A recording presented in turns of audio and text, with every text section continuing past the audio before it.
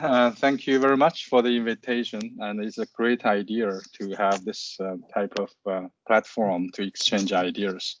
So today, I'm going to share with you fractional order PID recent developments. So I forgot to check your background. I assume you know Laplace transform, okay?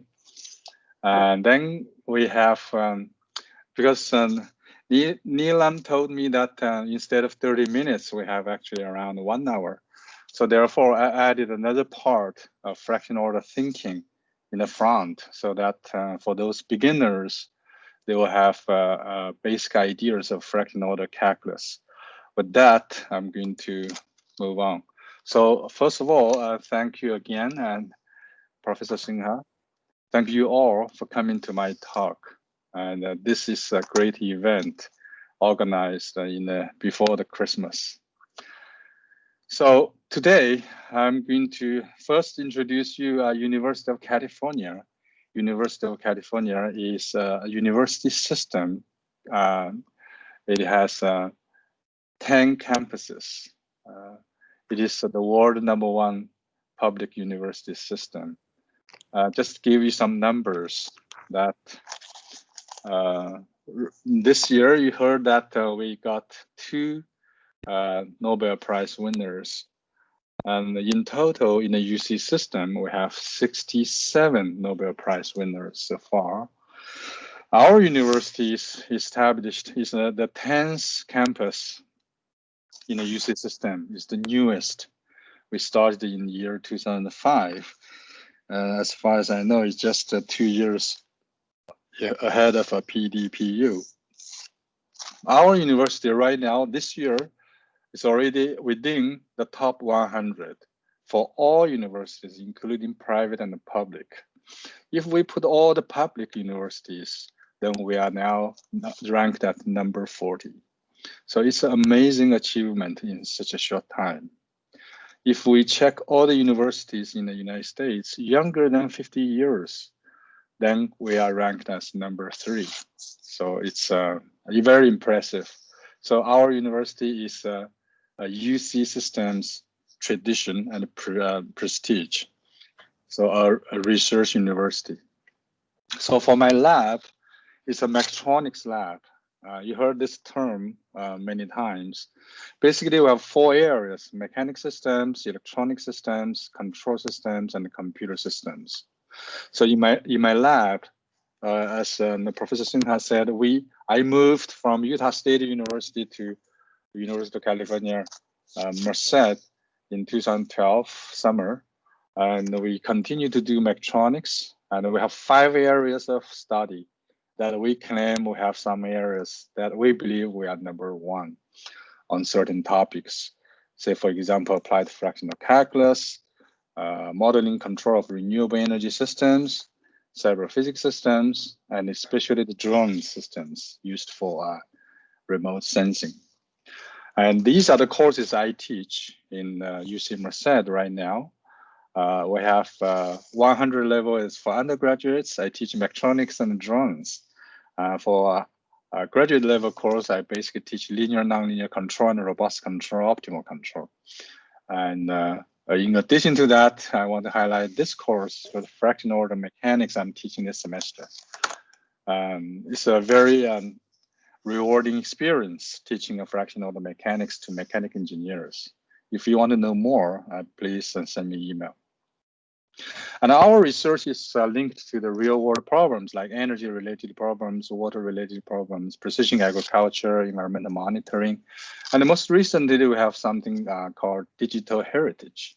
Say, for example, the 3D imaging of like a cave, okay? Especially Belize, the cave drone, using the drones. So here's my outline of today's presentation. First, I'm going to talk about fractional order thinking. This was added just today. So to give you some my flavor of introduction of what is fractional order calculus. Then I'm going to, because I'm in the control field, I'm not sure how many of you are in the control field, but if you only know the Laplace transform, you will be able to capture what I say today. Then I'm going to share with you the core research idea of what I call the flat face design, basic idea. And I'm going to show you something. So these are supposed to give you something new we just did in the recent time, recent months, okay? So I'm going to show you that you have a PID, a bracket fractional order. What does that mean, okay? And how to tune. Then I'm going to show you for the first time the animation of the feasible regions to have a fair comparison, making a compelling reason why bother fractional order control. Then last one is another emerging topic I feel like important, talking about rate limit issues. So when you have an actuator, you want to execute something that you are not fast enough. So that rate limit will, how can we can compensate using fractional order control ideas. So all these are published ideas. So we have papers under review or some conference paper published. Then finally, I give some conclusion and have take home messages.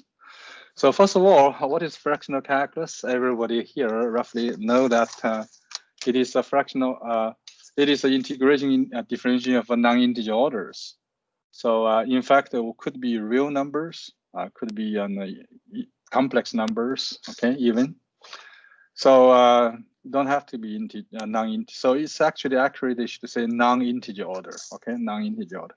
Using fractional is a historical reason, okay? So it's not, you don't have to be fractional. So the questions for people first time heard about this one, they will ask how this is possible. Why should I care? You know, anything good for me in the future, in my career? So we are going to answer these questions, okay? So first of all, I want you to pay attention to this original function, the first order derivative, -1's derivative, and -2's derivative, -3 derivative. So if arrange this thing, you will ask what's in between those integers. So this is very natural, but unfortunately, this was asked like 300 plus years ago. So that's 1695, asked by L'Hopital to Leibniz. Leibniz asked that what if n is half? So the question is, the reason L'Hopital can ask this question is because of this genius notation given by the Leibniz. Because Newton used the dot, like f dot. So you cut one dot, you got two, you're not going to 2/2, okay? So notation is important. So we now understand in between integers, we have non-integers. This is true. So like number axis, like factorial, we heard about this, like our 3D dimension. Actually, we have fractal dimension. But coming to here, the answer is yes, there are something in between. So why this is important to even talk about what's in between? Because we are here, okay? We are here. And so people may say, oh, I never used fractional order modeling or fractional order control, fractional order this and that. So I still can have a good life. Okay, sure, you can say the same. If you are here, say, oh, without integer order calculus, I can still have a good life. So my point here is we do not need good life. We need better life, okay? So how to be better? Okay, so you need to do better than the best doable before. How? That fractional calculus will be an enabling tool for you. So that's my point to justify why we need to even talk about fractional calculus. We need a better life. Okay. So we have seen probably this thing about adjustable ranges. Okay, like this one is fractional calculus. You have a tool that you can solve all different sizes of those nuts and bolts. So integer order calculus that you need different sizes. Okay, this is borrowed from Richard Megan, so I should put his name in here. Yeah, Richard Megan. So on the other hand, I hope you understand that there's a simple justification that in our world, everything is soft, okay? Everything is soft, okay? So hard matter is just idealized, but the rigid body is idealized. So all the soft matters, how the force and displacement are connected, I think we should consider to this form, okay? This form. That exactly lies in the concept about going between interpolation of operators, okay? So with this as a motivation of a physical world, we do need fraction order calculus. But the reason why people still are using integer order calculus, that's because you only have the integer order calculus as a tool. So the real natural system is in fraction order dynamic way. So it is only for your own convenience using integer order calculus. The nature runs in the fraction order calculus way, dynamic way. So people will ask, at this point, people will ask, hey, I looks interesting, but give me an explanation. So people always ask, give me an interpretation. So let's try one by one. Let's do integral first, okay? So on the left-hand side are integer order calculus, integer order integrals. So you can see that everybody knows is the shaded area underneath, okay? But we have a Riemann integral. We also have a Lebesgue integral, okay? And they have different types of integral. So in the integer order case, okay, there are so many different integrals. For fractional order integral, so how to interpret that? I suggest we start with convolution, okay? So you convolute this one. If this is 1, if this is 1t, is a constant 1, then this is an integer order, okay? Integer order integral. But if you have an inverse power function like this is alpha's order integral, okay? So alpha's order integral will give you a convolution expression like this.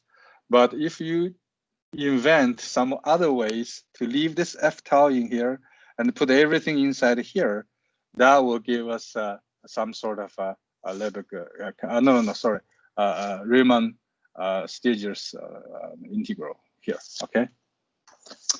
So the g tau is like this. So based on that, we will be able to visualize the integral or fractional order integral. So this is an example called a live fence. So this is a function of t plus 0.5 sine t. So this is origin. So this original function is t plus 0.5 sine t. Okay. So when have different alpha, you will see that you have a shadow on this one here. This one gives you the fractional order integral. Okay. So it's a shader. Because there's this Riemann Stiegler's integral here. Okay, so this is actually the g. This is like the g t tau. Okay, t tau. All right. So I think this is well established in the literature by Igor Parlovny and others. But today I'm going to show you something I figured out recently. Okay, about how to interpret about fractional order derivatives. Okay. So by showing that, we want to go back to Newton. What is the real Isaac Newton's contribution? I think at that time, people get familiarized with geometry and algebra. So he invented some concepts like flexion or celerity. So basically, he wrote a book even called Method of Flexions. Okay. So basically, Newton at that time introduced or tried to sell the idea of how to quantify the change, okay, in 1665, okay, and he was successful. After that, he introduced the integer order derivatives. But on the other hand, at that time, even from the beginning, it is very clear that integer order derivative is a local concept. Say, for example, if you're talking about a slope of the curve without mentioning a slope at which point is meaningless, right? So it's meaningless. So it's very local, very local. So that's an integer order case. For fractional order case, we need to have different definitions of fractional order derivatives. One of them is called Riemann-Liouville derivative. So we have seen this fractional order integral.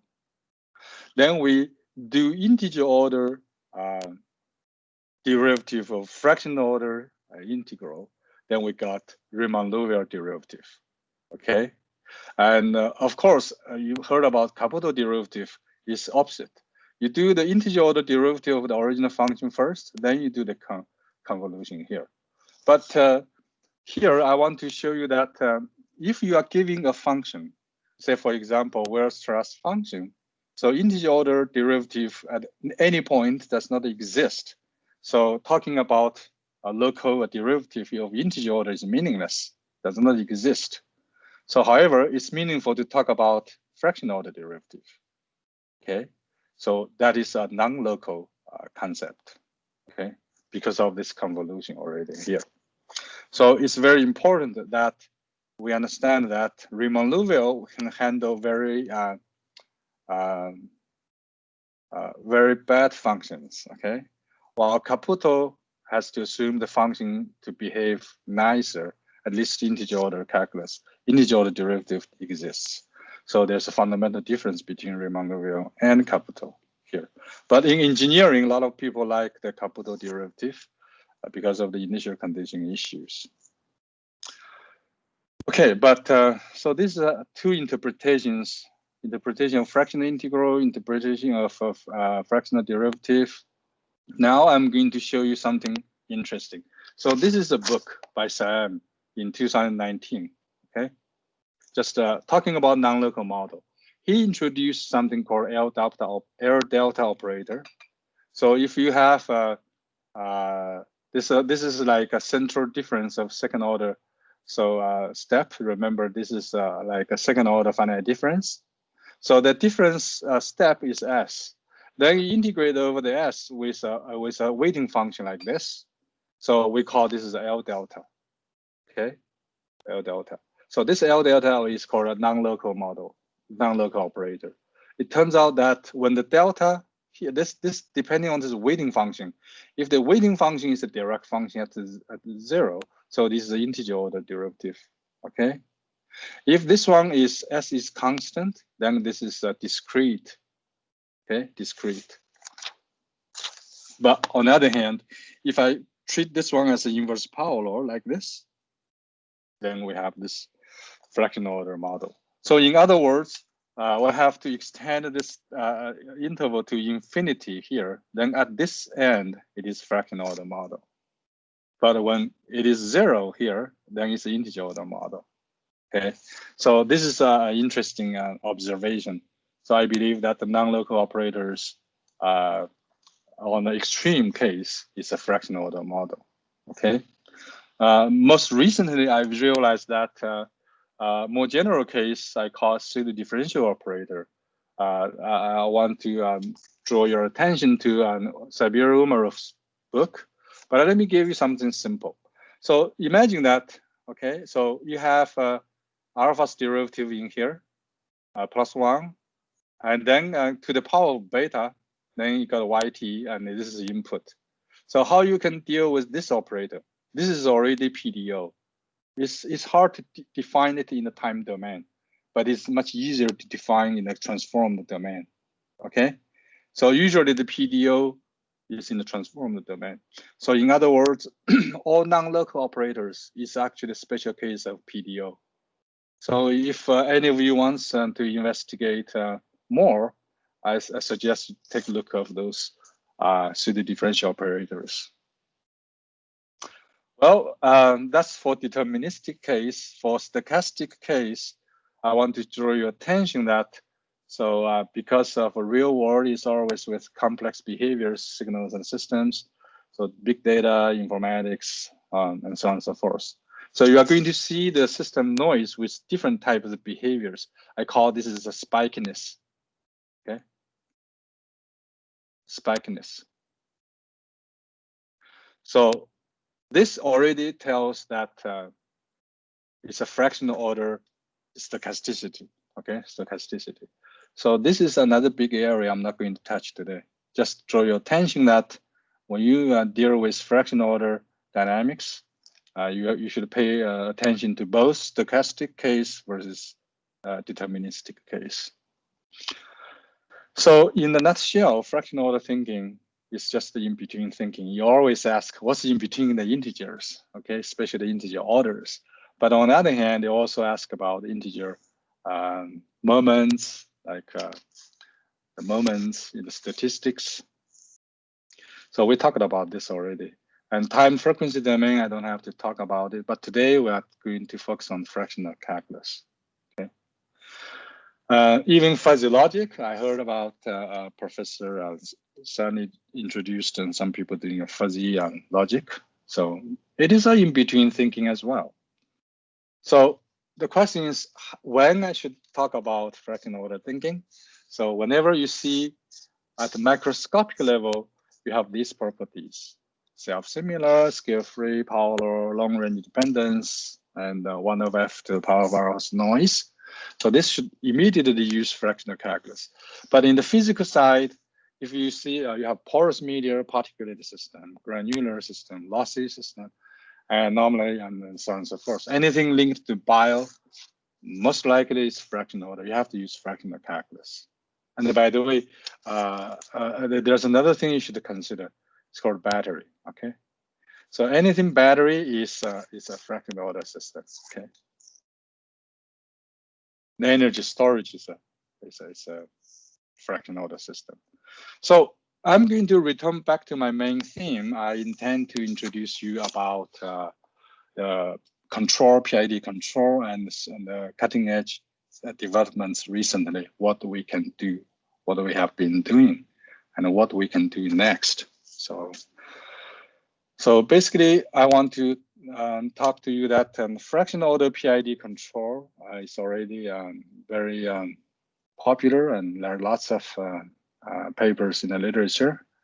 There is a very good review paper also written by Indian scholars here in 2016. So very nice review. It's a highly cited paper. So five parameters how to tune is still ongoing research efforts. I'm going to show you why. And so in the next 20 years, let me say this way, people still will publish papers tuning those FOPID controllers. Maybe let me add this one to 50. Okay. I think 50 to be conservative. So because you have different specifications, different gain cross, different performance in the requirements, you have different tuning methods. So we introduced many of the ideas in the literature. We have published papers in like mainstream journals like Automatica. This is another Automatica, and JPC is a very good journal as well. So how to design this one systematically and theoretically, and still an open question. So I just tell you that we still have a lot of things can do. I'll convince you further in the end of the talk. Okay. Maybe you want to say, oh yeah, maybe 100. So we'll see whether you agree with me. Okay. So this, how to design a satisfactory controller and what specification we should be satisfied. We proposed a unique framework to do. Okay. So first of all, gain crossover frequency, phase margin, and a flat phase constraints. Okay. I'll explain to you in a moment why. Another thing is you do time domain, like time domain ITA, EIA, EISC. This stands for your arrow. You have absolute of arrow times t. You do ddt, then you do a 0 to capital T. So this is your JITA integral of time-weighted absolute arrow. So use this as an arrow criteria to minimize your to find the best PID control parameter. So I'm not going to talk about this time domain designs. It's not that elegant and beautiful and practical. So in this talk, I'm going to talk about feasibility regions. So when you say, I want this specification and to be satisfied, then you need to know that whether this specification are feasible or not. So maybe it's irrational demands. So it's not realizable. So we're going to study on that. So I'll show you. So the question here is how to design a robust fractional order PID systematically and theoretically. Parameter numbers is larger than 3. So usually you have 3 in PID, right? The fractional order you have more than PID. So in our previous paper, we did this paper, they are all still 3 because I used the PI, FOPI. So fractional order and P and I. So that's 3 parameters. So for 4 parameters, we are going to make some progress. So I'm going to show you. And another thing is how to make a fair comparison and convince people when fractional order PID control is really, really needed. Okay. Oh, before we do that, we're going to talk about the flat face design. Okay. The flat face design is basically, first of all, let's take a look at this one. So we know that this is a system to be controlled. This is a controller. So both of them can be fractional order. So then we have 4 different combinations. So in other words, everything you have learned is here is about 25%. Okay. All right. So then you will see that noise could be fractional order noise. Disturbance can be fractional order disturbance, uncertainties can be fractional order. So you can do this 4 plus 4 plus 4. I keep doing this. Okay. So in other words, if you stick with integer order control system and control, then your the divided by 4, then that is like a 6%. Okay. It's around 6%. So we didn't learn much. So there are a lot of things not covered in this big picture. So we should have an open mind to embrace the fractional order system modeling and controls. In view of this, otherwise you only learn 66%. So question is then how I can convince other people to do that.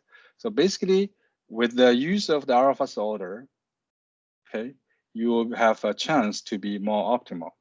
Although mathematicians may not like this, optimal is optimal. But I mean the optimal here is in the sense of integer order.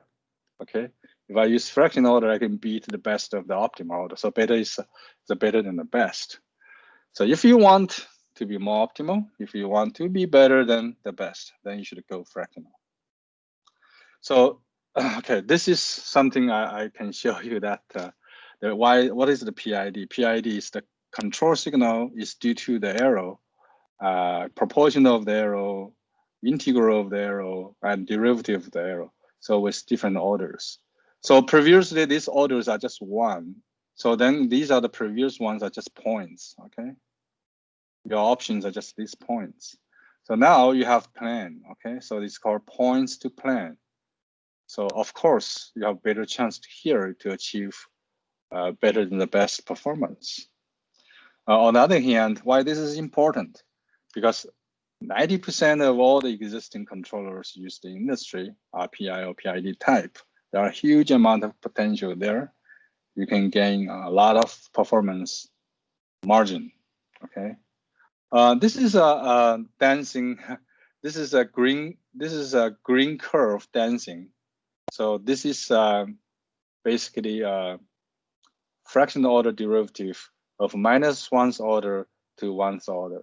Okay, first order. The original function is y is x. Then first order is y is 1. And then -1's order is the integral, is a unit parabola. So this green curve is dancing in between as a fractional order derivative. So this just to show you that don't suspect whether we should do it or not. It exists and it's waiting you to explore its benefit in engineering and science. Okay, so here in this talk, we focus on the PID. I'm going to show you that. Okay, so here's something I want to show you, that the PID has a paper, tuning on all the tuning of fractional order controller is basically a PID controller for the industrial applications. So they won the 2011 IFAC World Congress in Milano, the best paper award.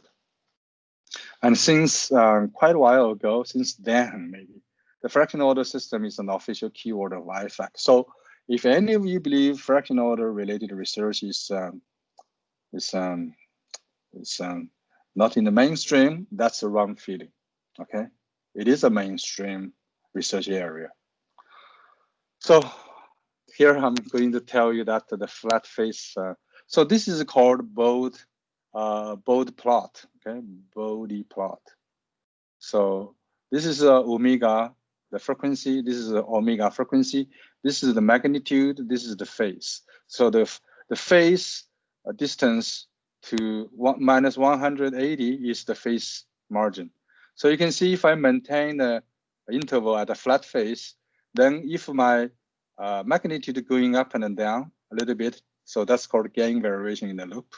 Doesn't matter. This one didn't change, right? So this is a desirable gain variation robustness requirement. So this is something new introduced to additional constraint to do 3 parameters. Say, for example, you have Kp times E plus Ki times fractional integral of E t, right? So, okay. So you have a 1 parameter, 2 parameters, 3 parameters. So then you have 1, 2, 3 conditions. So you will be able to solve that. So far all the work on the 3 parameters, okay? So what I'm saying is we can do 4 parameters. If we add a flat face of derivative of, if it is flat, then the high order derivative should also be 0. Then we add 1 more, you will get more flat face constraints. You can do 4 or 5. So following this idea, we can have something interesting. Okay. So that more flat face constraints, you have a possibility to include to solve more unknowns. Okay, for the fractional order PID controller. Okay. So I'm going to show you one of this idea. So you have 3 parameters, Kp plus Ki, 1 of S, plus Kd times S. Then you do the bracket to the power of alpha, okay? So this is 1, 2, 3, 4. You have 4 parameters. So this is called fractional order bracket PID. So that's what I'm going to quickly show you here. Okay, my timing is good. So basically, so we focus on first order plus delay system, okay? The reason we do that, so this is only first order plus delay system. First order plus time delay system. So the reason is most of the heat system, temperature control systems, so of this first order plus delay. So it's like your room temperature going up, so it's like that, okay? On the other hand, in industry, okay, not in real world applications, among all control tasks, 80% of them are for temperature control. That means if you can deal with this plant system model nicely, you'll be fine. You basically solve 80% of those work. So that's why we focus on the first order plus delay system. So again, I showed you this one, and you have R in here. So I call this is FO bracket PID. So then we try to see how we can decide these 4 parameters. But probably we should skip all the math details. I just tell you that based on this additional second order derivative in here, we can solve it. And we solved it, okay? So derivation of this one is pretty straightforward, in fact. I don't claim contributions here. Then we can solve that. So we can even do a plot. So you can do a lookup table. So the tuning procedure, you can do those. Basically, you have four conditions. Okay, 4 conditions. So let me go back a slide. So 4 conditions. You have 4 parameters. So you have 3 conditions in here, plus this is number 4. Okay, when n is 2. Okay, so you can solve that. You can solve that equations, and you can even plot all those boundaries. Then we can even check all the parameter ranges. Okay, parameter ranges.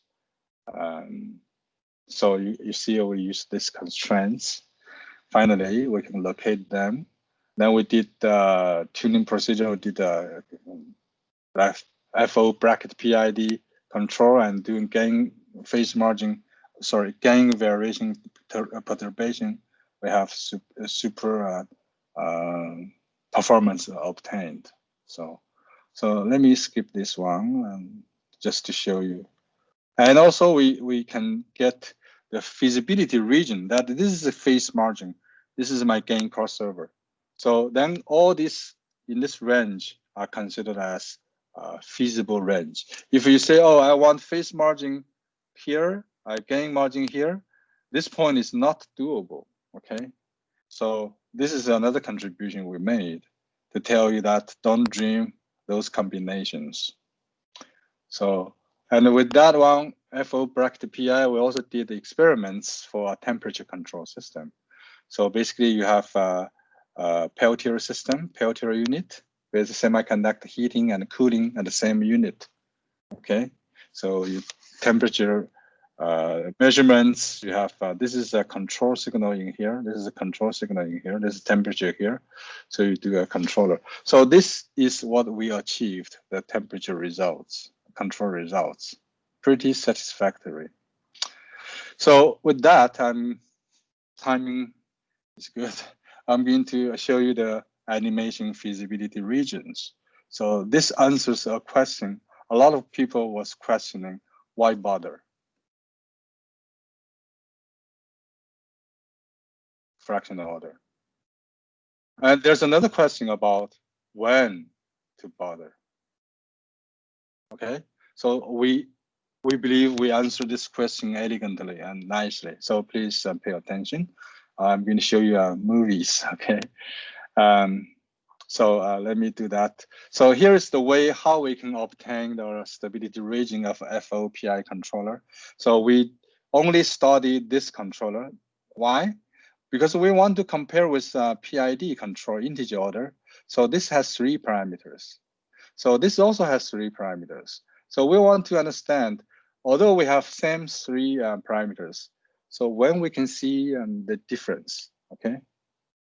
So then first of all, we understand what are the parameters range, stability range.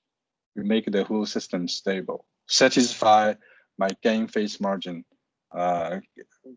requirements, design parameters. So don't worry about this derivation. It's actually very simple. And these are the algorithms how we can obtain those plots. So let's check the plots, okay? So this is a plot for integer order, fractional order, PID, integer order PID controller with 3 parameters. So you have a system with time is t, L is 0.1. So basically the this is like this: 1 times s plus 1 and e minus 0.1 s. So this is L, this is t, this is k. K is 1 without loss of generality, all right? So this is when the time constant is 1. This is so relatively t greater than L, 10 times bigger. So in this case, this is the same scale. So this is phase margin, this is gain margin. So you can see the region. Okay, see the region, more or less similar, but this one has no holes in here. So fractional order, this is fractional, this is integer order. So it looks similar. Okay, it looks similar. Okay, but if I make sure this is s plus 1 and this is minus 10 s, so it's a very large delay compared to my time constant in here, 1. So you will see that the same thing, this is integer order, this is a fractional order. This is amazing that the feasibility region of integer order is very limited. Okay, it's very hard for designers to pick up the combinations of phi and omega. These are specified specifications for controller design. So this is very, very important discovery, and this published in the Automatica. And this is one of the most satisfying results we obtained so far to reveal this factor. Okay, so we made different L. So we made this one S plus 1, then minus 1. So I only have one parameter changing, and this parameter here is just normalized to 1. Okay, so this is doable.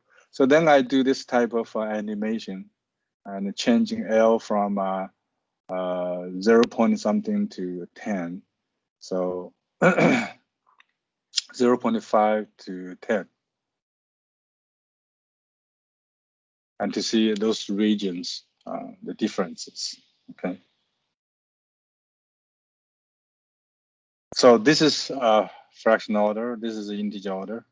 So this one clearly shows the need of a fractional order PI controller when the delay is large, okay? So this is another view of the 3 parameters, KP, KI, KD, and this is the order. So you have a 3D visualization. So then what are we doing? Stability bound. So we finished the show in the animation to give you a convincing case that fractional order PI 3 parameters is much better than the integer order PID controller in terms of feasibility region for the same first order plus delay system. Okay. Then last one, let me see if I have enough time. Perhaps I have. So let me just show you that whenever you have a valve, okay, whenever you have a motor, so you always have some sort of actuator rate limit.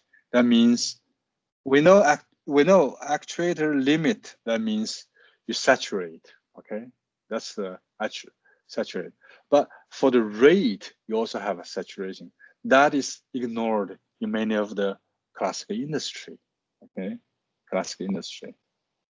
So let me see. So we didn't tell that, but here I want to give you a story. So I hope you remember this one called PIO. This is called pilot induced oscillation. That's exactly because of the perceived, the pilot believes you give this signal and the aircraft will be able to respond with that signal. That's wrong. The hardware cannot respond that fast. So there's a rate limit. If we do not consider that, then there's something serious. So there are a lot of aircraft crashes are linked to this problem, okay? Linked to this PIO, pilot-induced oscillation, when you ignore all these rate limits, okay? So in the process industry, you have this kind of valve. You say, I want to turn, then it takes time to turn. That part was ignored in many of the designs. We did some thorough study about this. Probably this is too technical for many of you. Let's go quickly here. So basically, I want this output to be limited by R. So it's called rate limit. And it turns out that the rate limit is like a phase lag, okay? Of course, it's nonlinear, okay? Of course, it's nonlinear, depending on your magnitude. So when this, the rate limit is big, so then there's nothing to do. You have sinusoid, I gave you sinusoid. But if I got saturated, so you start to have a behavior like this, distortion of the sinusoid. So then you have a saturation is even smaller, so you get easier to get saturated from beginning. So if you do for a series expansion, so do a harmonic wave to do what they call describing function analysis. Okay, describing function analysis. Then you only consider the fundamental waves. Then you'll see that there's a serious lag, phase lag created. That phase lag usually will cause the overall closed loop system unstable, then resulting in aircraft crashes. This is exactly the PIO, okay? Pilot induced oscillation. And we also did some very interesting idea. First of all, we don't have any delay, but if we have a rate limit, your system behave like this. But in many of the real systems, people simply using this model to approximate this one. And this is actually wrong doing. It's wrong. We wrote an article to clarify this. This is for the first time. We believe that this type of shape looks like this one, but actually it is not. It's actually due to this. How we can tell? And we figure out a way to do that. Okay. So because different this model versus this model, they have different behaviors. Okay, very different. So that's why we thought we can do better job, but in reality it didn't. It's because of we thought this rate limit is a delay. So because from here we can do the delay approximation. So this type of thing in the process industry is still a myth. A lot of people do not have the exact knowledge. We are publishing a serious paper on this direction to distinguish these two. The question is how you can redesign your controller to compensate that. So fractional calculus will play a role in there. So this is quite technical. I probably should not go through too much unless you are in a controller area. Let's see the results. Okay, let's see the results. So let's see the results. Basically, this is a control signal. This is the response. Okay, so this is a reference in the middle. This is reference step. Okay, so what I'm going to do is the blue one is compensated FOPI. So fractional order this blue this green one, and this purple one is uncorrected. And this one is a conventional uncompensated. So if you don't do fractional order compensation, you end up with this one. So in other words, go through our systematic way fractional order compensation and correction, we'll be able to make the effect of the actuator rate limit influence minimized, okay, minimized. So this is already in the paper. We also did the experiments, okay? So it's in the Peltier temperature control system. So if we purpose to add those rate limit. So you can see if you don't compensate it, the system will be unstable, okay? It will be unstable, oscillatory, okay? So this blue curve is based on our new suggested method for fractional order PI control. So it's amazingly nice, amazingly nice. Of course, R is a rate limit. The bigger rate limit, the easier to control, okay? If you don't have a rate limit, this one is infinite, okay? Okay, you don't have a rate limit, okay? But this is more stringent. So rate limit is smaller, then it's harder to control. So then our compensation actually show better results in this case. So you have a serious rate limit. You should consider to try our scheme here. Okay, but if you don't have a compensation method, this one will give you an oscillatory response. So okay, so conclusion. Okay, I'm concluding. So we showed you the idea of more flat phase for design fractional order controller for more than 3 parameters, okay? More than 3 parameters. And we showed case about PID bracket PID more flat face. And we also showed you some very experimental results. Okay. And we showed you the animation, the fairness comparison, made a compelling justification of all three parameters. This one will be better than this one. So, and also we used the simple idea for the rate limit problem, and it shows a super performance, and both in simulation and experiments. So because this is a real world application, then here I'm going to answer the question, what's next? If you only talk about fractional order PID. So of course you can do fractional order PID tuning in the next 100 years. The reason is the PID, like in the, this is like how many years? 73 years, okay? So they published a book, 30 edition, remember, 600 pages, 33 pages of references, okay? So this is a volume summarizing 73 years of different integer order PID tuning rules. So this is a integer order PID tuning rules, 3rd edition, okay? So still a topic of research. So this is one way.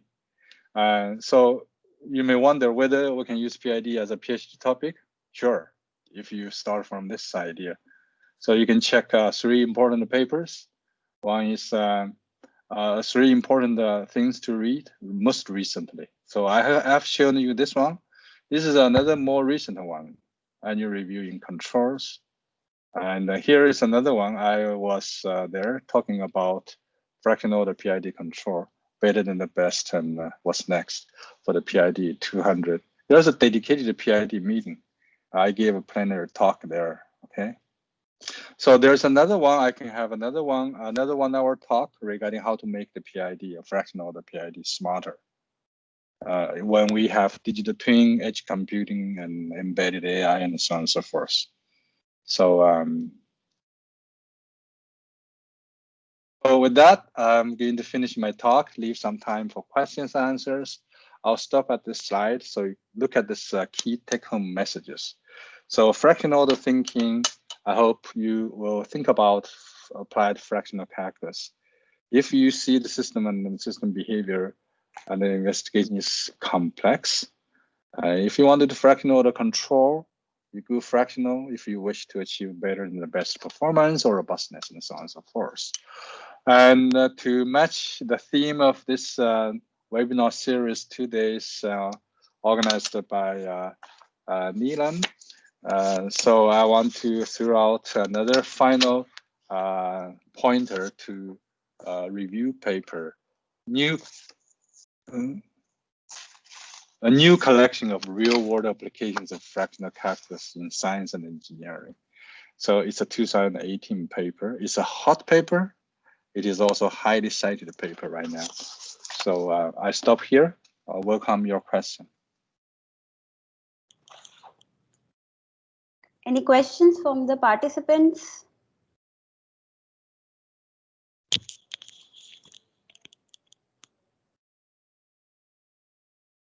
Are there any questions from the participants? You may also write down your comments, or you may also write down your questions in the chat section. Okay. Thank you, sir, for such beautiful insights and such geometrical interpretations of fractional order calculus. Thank you. I myself working in the area of fractional order optimal control, and I understand how beneficial it is to apply fractional calculus for modeling such a system specifically. I will not say that always, but yes, sometimes it is a great difficulty to make others understand the applicability of non-integer order calculus. That's what you noted, correct? Why? And why to bother, when to bother. And this is the same thing we always face.